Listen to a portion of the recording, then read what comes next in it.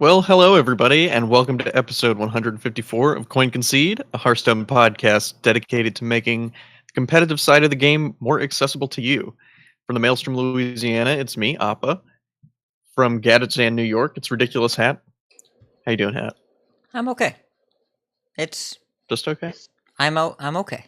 I went out so we're recording on Thursday and not Wednesday because yesterday had this semi-annual, biannual. Which one is twice a year? Is it semi or bi? I don't know. Bye. I think one means twice a year, and one means once every 2 years. Right. So so the one we do every 2 years, whichever one that is. We had a big work meeting yesterday, and so that's basically you go into the meeting at 11 a.m. and you're there for like 6-7 hours, and we all talk and get together with a bunch of people from corporate, and then afterwards there's socializing, which is it's fun, and there's obviously paid food and beverage, and I'm not going to say that it's required that you go, but it sends a very clear message if you don't go. So it's a fun time. Don't want to say it's bosses, if you're listening, I had a great time. Please invite me back to the next one and keep my job. But it's also a long day. That was definitely left the house at 10 a.m. and got home at midnight sort of thing. So today I am tired and catching up, but happy to be here with you all because we have quite a bit to talk about. Does that answer your question? That was too much. No, that was just enough. Whenever Hat responds, it's never too much. Aw. Yeah, I'm definitely glad to be here too. We do have quite a bit to talk about, especially in the news section. But before we get to that, we also have Bodicus from Karazhan, California. How are you today, Bodicus? So biannual, biennial, and semi-annual all mean twice a year.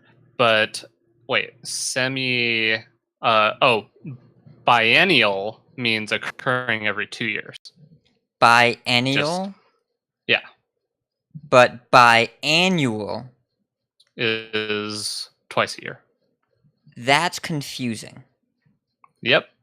But I Googled it, and that's what it told me. So. Wow. I There you feel go. like I Googled that biennially. As a senior in college with a major in English, I think English is so stupid. it's so dumb. It's so hard. Anyway, I can't I'm doing imagine how other people learn our language. good. Yeah, I don't get it either. I don't know how we learned our own language. Actually, I don't even know that we fully learned our own language, obviously, if we're having issues with biannual and biennial or whatever. My 85B on my last grammar test will confirm that. Does the B stand for biennial? No. No. Yeah, so I don't have any like fun stories or anything like we've had on the past couple episodes of the podcast, but I will say, after re-listening to, I think it was our most recent podcast, I went to fill up my car with gas yesterday. I immediately had flashbacks to Bodicus being like, you know that thing where it clicks? Well, it just didn't, so gas started spraying all over me. So I was like holding the gas pump like an arm's length away from me. I was like, please don't spray on me. I'm scared now. Yeah, that was that was annoying. I probably shouldn't have been on. It says not to be on your phone when you're pumping gas, but I mean everybody is just on their phone pumping gas. Probably should have paid a little more attention. It's like 22 gallons. That's a lot. I've never been able to put that much gas in my van before. Jeez. Well, you just think there was just kind of this gas can upgrade? I don't know. I thought I used a lot of gas. Maybe it was lower than I thought it was. I don't know. We figured it out. Let's get on the show. Let's do a podcast. So Concede is supported in large part by you, the listener. If you'd like to find out how you can support us and receive rewards in return, head to patreon.com/CoinConcede. And big thanks to Vincent S. for joining our patrons, and big thanks to Floral for being our newest producer. Woo! I was waiting for the little sound bites. Woo! I feel like you're always ready with them, but Hat's he's going a cappella today. Hat's obviously always ready with them when he's hosting because he knows he's about to play a sound clip. But when you're hosting and you're like, let's go to the sound clip, and Hat's like scrambling on his keyboard trying to, I don't even know how a soundboard works. Press a little button over here. There's an app with a bunch of squares that are labeled, and I press the one that I want to play the sound. Oh. Perfect. And you thought I wasn't ready. Oh man, got quick draw McGraw over here on these sound bites. To be fair, we were talking about the soundboard for literally 2 minutes. I just pulled it up, and then I was like, science! All right, so I'm a doctor. Is it just me, or does every time it's Plague Scientist, right? That's the card. Mm-hmm. Yes. Is every time Plague Scientist says that, every time I hear it, I think I hear Cthulhu. I'm a doctor. No, definitely just you. Just me? Yeah, just you. 100%. Literally since he's been released, I'm like, I don't really fully understand what he's saying. I mean, I thought forever what was the card? Frenzy Berserker? What is the Frothing Berserker? The warrior card? Frothing Berserker talked about a thirsty blade or something. I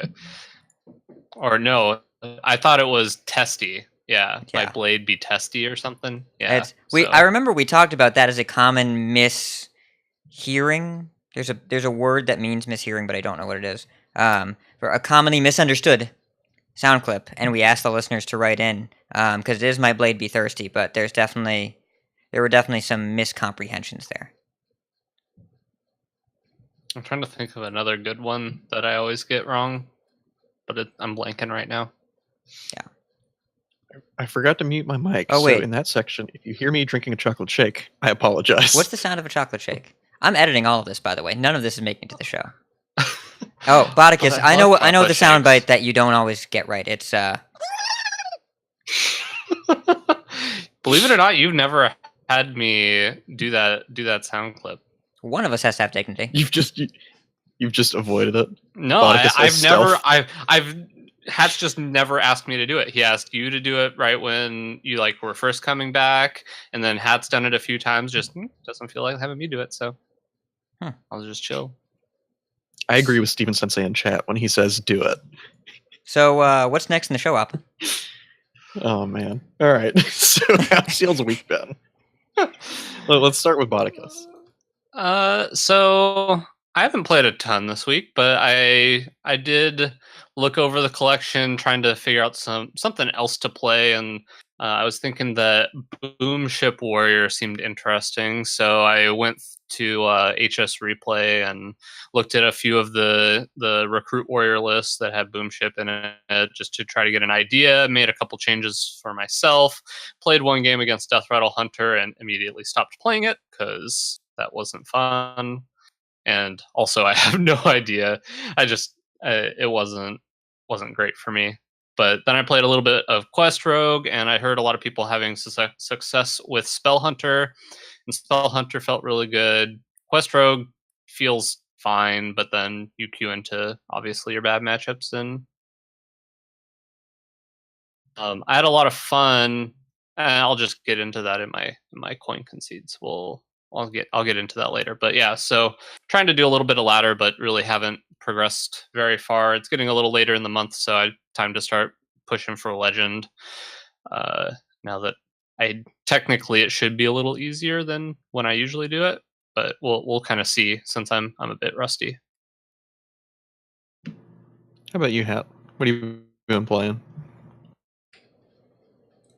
So I have been trying a bunch of Shaman decks when I've been playing ladder, and Even Shaman's really good.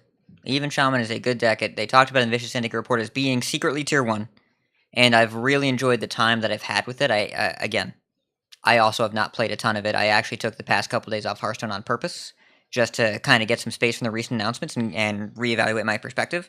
But as I've been doing lately, I've been focusing a lot on league play, and I'm really grateful for kind of the contrast between UHL and THL. UHL individual, the stakes are a little bit lower, and I wanted to come with off-meta decks, both because I think the element of surprise is pretty impactful, and because it was more fun.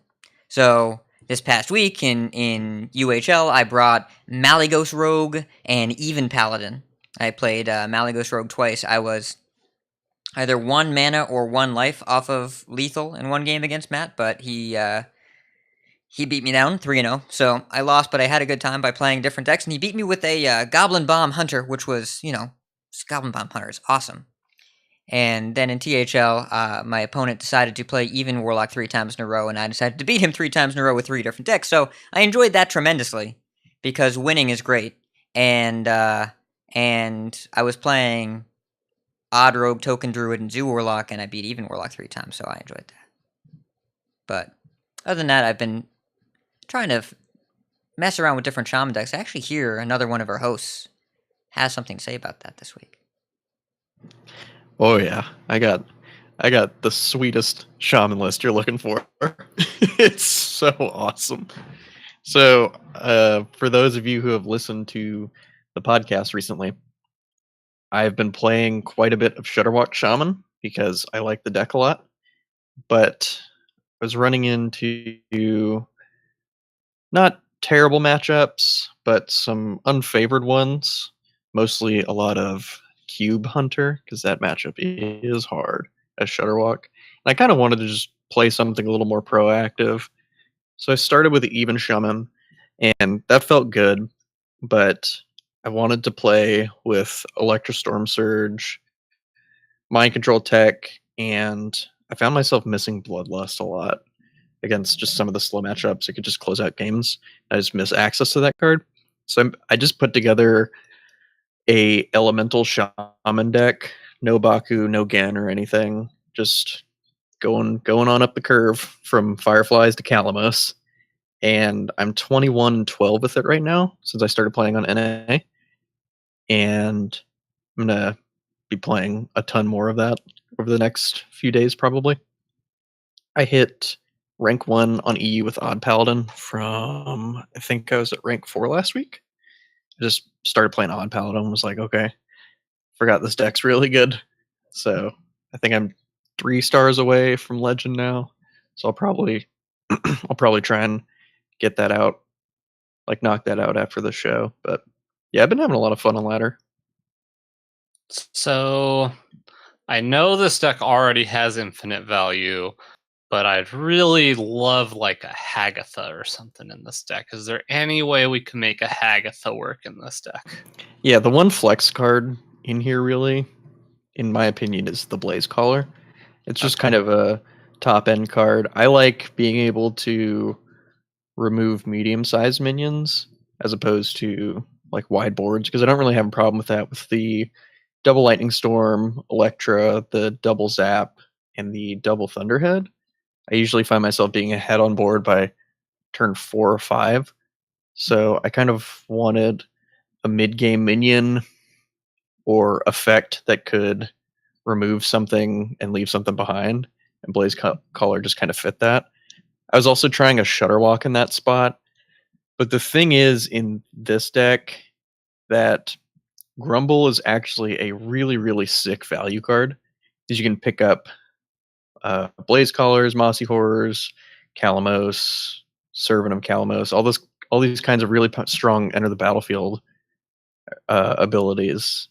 And playing Shudderwock with Grumble is kind of weird, because sometimes you want to like play a Shudderwock for like Mind Control Tech, like some other things, and then Grumble will like bounce that, and it gets kind of awkward that way. It's also the sweet murmuring Nimbus in there. Shout out to Robobson in the chat. Yeah, Murmuring he's a Nimbus. Huge fan of that card. Menacing Nimbus, not Murmuring Elemental. Oh. Different cards. Yeah. Sorry. Menacing Nimbus is legit one of the best cards in the deck. It's so good. That card's amazing. Like, Shaman just Seems never sweet. has any good 2-drops. And this is one that contests the aggro decks right now, because none of them are particularly like big in the early game. So you can kind of play that as a 2-for-1 on like Flame Imp or something like that against Zoo, or just a 2/2 that hits them a few times and makes your Flame Tongues better against control. And then he also generates value. And like most of the cards in this deck, either remove something when they come into play or they generate another card. This deck's a lot of fun. This is the most fun I've had probably, man, maybe even since before Witchwood. This is like my kind of shaman deck. This is exactly what I love playing. It's like incremental value, solid removal, bunch of different game plans, and the deck's it's not easy to play. It looks like it's just a curve like elemental deck, but it requires a ton of different game planning against different strategies. But I'm having a ton of fun with it, and hopefully I can hit legend with it and then climb in legend with it. That's what I plan on doing with it. So I'm looking forward to play some more.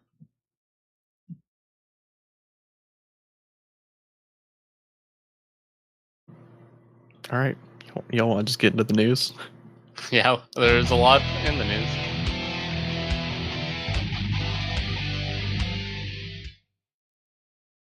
All right, so the big news of the week was an article put out by the Hearthstone dev team called Hearthstone in the Works.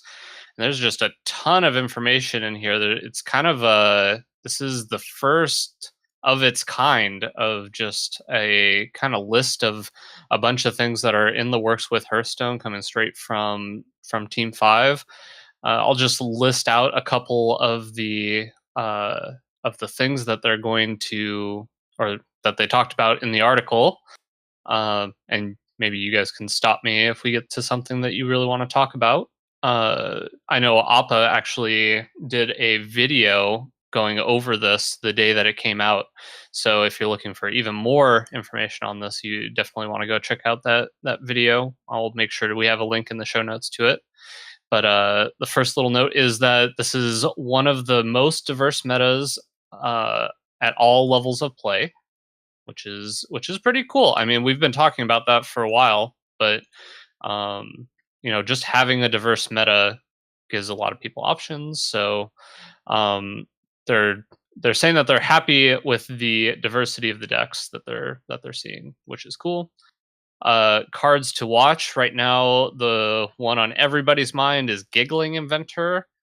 It's obviously been hugely popular, and pretty much all of us expected there to be some announcement of a nerf coming for it, but it looks like that's not really on their radar at this point.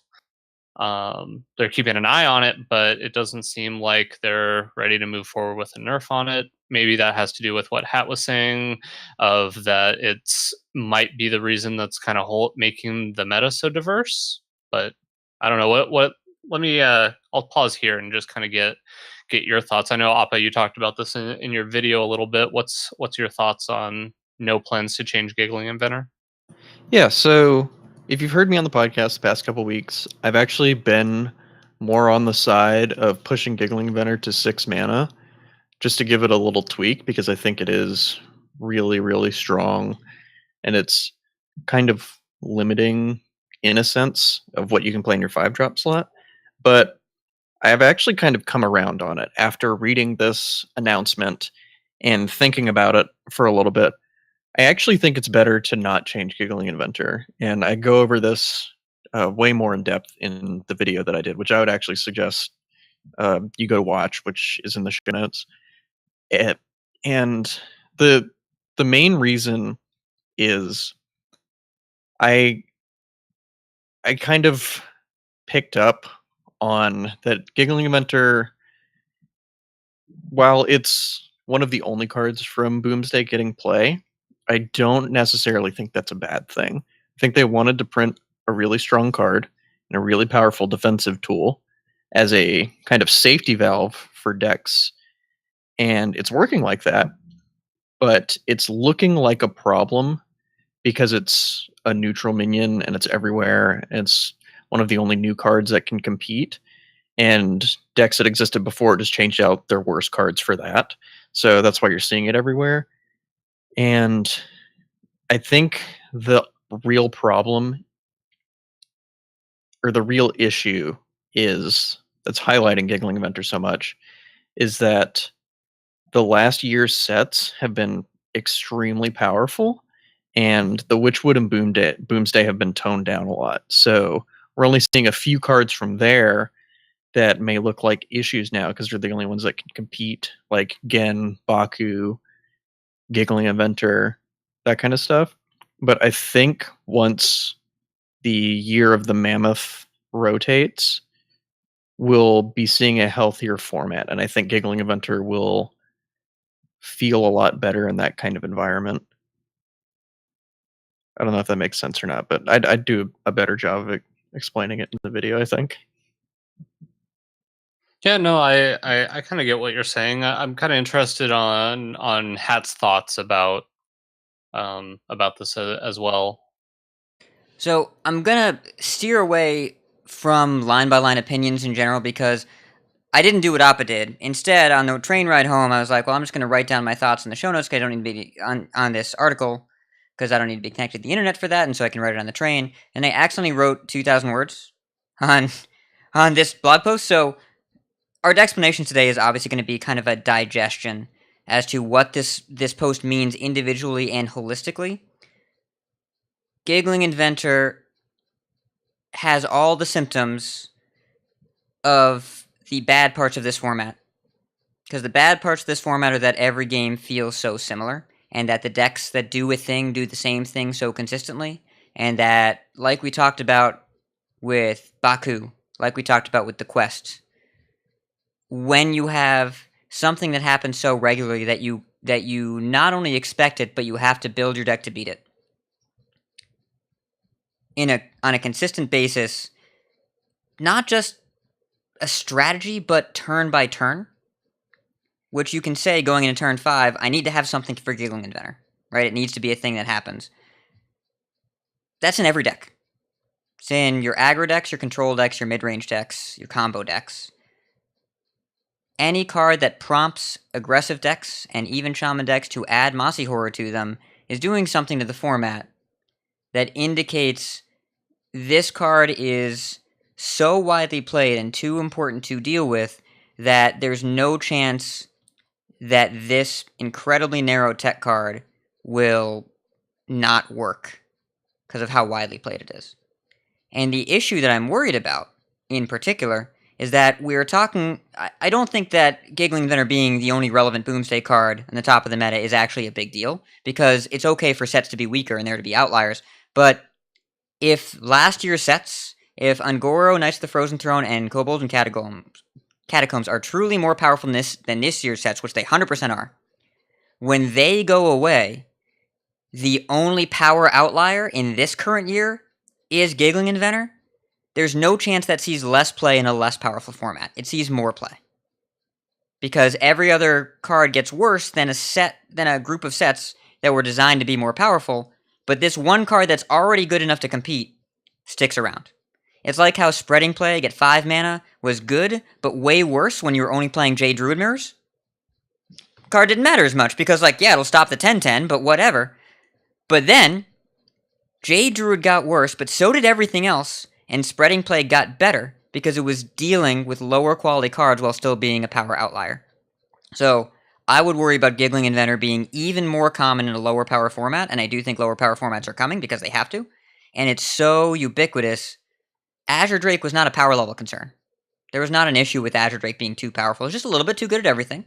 And so if people weren't sure what to do, they put it in their deck at 5 and they moved on with their lives and they didn't make a decision, and the games were just really samey on turn 5. And Giggling Inventor is that, but better enough that people are adding narrow tech cards because they know they have to deal with it. I don't mind there being a strong defensive option in the format. I don't mind there being a strong neutral in the format. I mind a format-defining neutral card limiting the variety in my gameplay. I think that's why I would change Giggling Inventor, just because it is so far out of whack with everything around it that it is too commonly seen and makes the games feel less interesting when it comes down. Yeah, that also makes a ton of sense. I don't know where I lie on it. Maybe we'll talk about it a little bit more in the explanations. The next line item we have here is that the team is still not sure what their plans are for Wild. This seems to be a fairly consistent theme. They want it to be a very powerful format, but they don't want things like decks like Naga Sea Witch to affect the to affect the fun of the format. They still want the format to be a lot of fun. There's going to be some new classic cards added. These are to kind of make up for a bunch of the cards that were Hall of Famed. So I guess I'll just get into them real quick. There's a 2-mana mage epic spell called Icicle, and it deals 2 damage to a minion if it's frozen. Draw a card. And then there's kind of a cycle of cards that do things that their class does. So there's a 1-mana mage spell that adds a random mage spell to your hand called Tome of Intellect. The warlock one adds a random demon spell to your hand for 1 mana, and the rogue one adds a random card from your opponent's class to your hand. And I saw a lot of people kind of poo-pooing on these cards. I think these cards are kind of neat. They make a lot of sense to go along with the classic set. Just because they're simple, they're easy to understand, and they seem like they fit in well. And as long as Gadget Stand Auctioneer is a card, 1-mana spells are always something you want to look out for. Obviously, there's quite a bit of randomness to it, but we've seen these types of effects be good and cheap spells be good before. So I wouldn't necessarily just assume that these are going to be terrible, unplayable cards that are never going to see the light of day. I think it's pretty interesting that they're willing to do this, but then again, there's also implications that we might just have the classic and basic set forever, which a lot of people have talked about not being necessarily a great thing. The probably my favorite part of the news or of this article was they're adding ranks 26 to 50 for new players to give a better new player experience. So what that means is that when you create a new account and you're a completely new player, have no cards, instead of starting the ranked experience play at level or at rank 25, you're going to start at rank 50, and then it's going to be a similar experience that as you win, you can't lose stars, but this just gives them a lot of options to potentially add rewards in for new players to kind of help them catch up for the new accounts. It gives them a lot of leeway to really bring in new players to the game. And so I'm just excited with all the possibilities that this whole new rank system allows for brand new players, because as they were saying, sometimes even you queue in at rank 25 on a brand new account and you're playing against fully powered meta decks just because people play a couple games a month or whatever and they're playing their fully powered decks, but they're not really ranking up, and you have to deal with that. That's not a great first experience to have in the game. The next line item is that innkeepers will soon have new options for fireside gatherings, including being able to choose fireside brawls to kind of make your fireside more unique, be able to customize it a bit more. So this is pretty good for innkeepers. The Fall Championship is going to be happening in mid-October, and tickets are now on sale, so make sure to grab those if you're planning on attending. And a welcome bundle is being changed. So they're going to allow people to essentially rebuy the welcome bundle, or buy it for the first time, but instead of having a class legendary, it will have a guaranteed dragon legendary, one of the dragons from the classic set instead of the last one. And then the Hollow's End is returning this October. So dual class arenas, cool little funny portraits, more free stuff, and a new paladin hero, Sir Anoyo, because Paladin obviously didn't have enough alternate hero portraits. So good thing we got another one of those. And that was it in the works that I remember. It was there anything else, you guys? Am I forgetting something? Maybe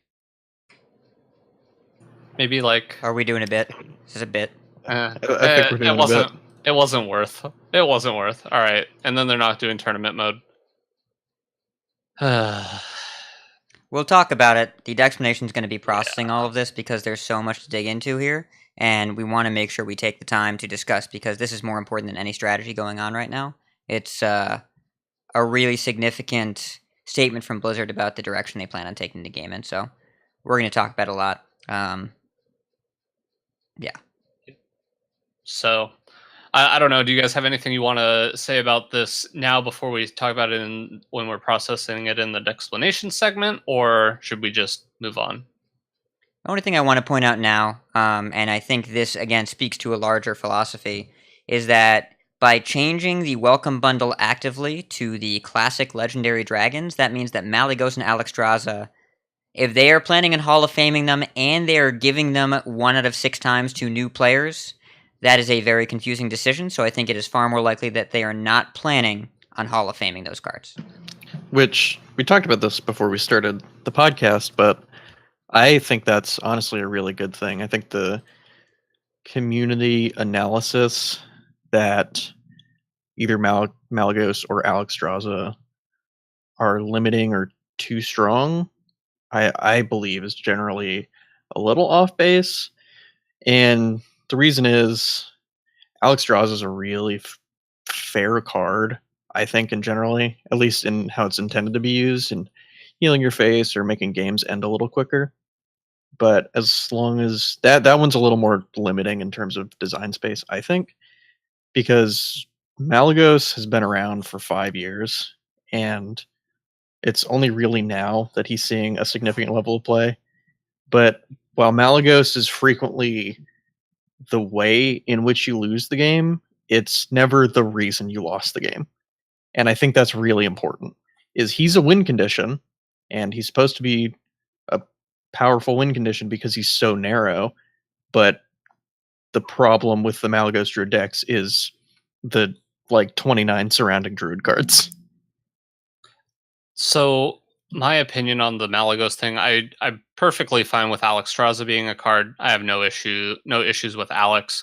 My biggest issue with Malygos is I want to see the cards that they cannot print because Malygos exists in the meta. Because I'm sure there are a lot of cards. I mean, I think that exists for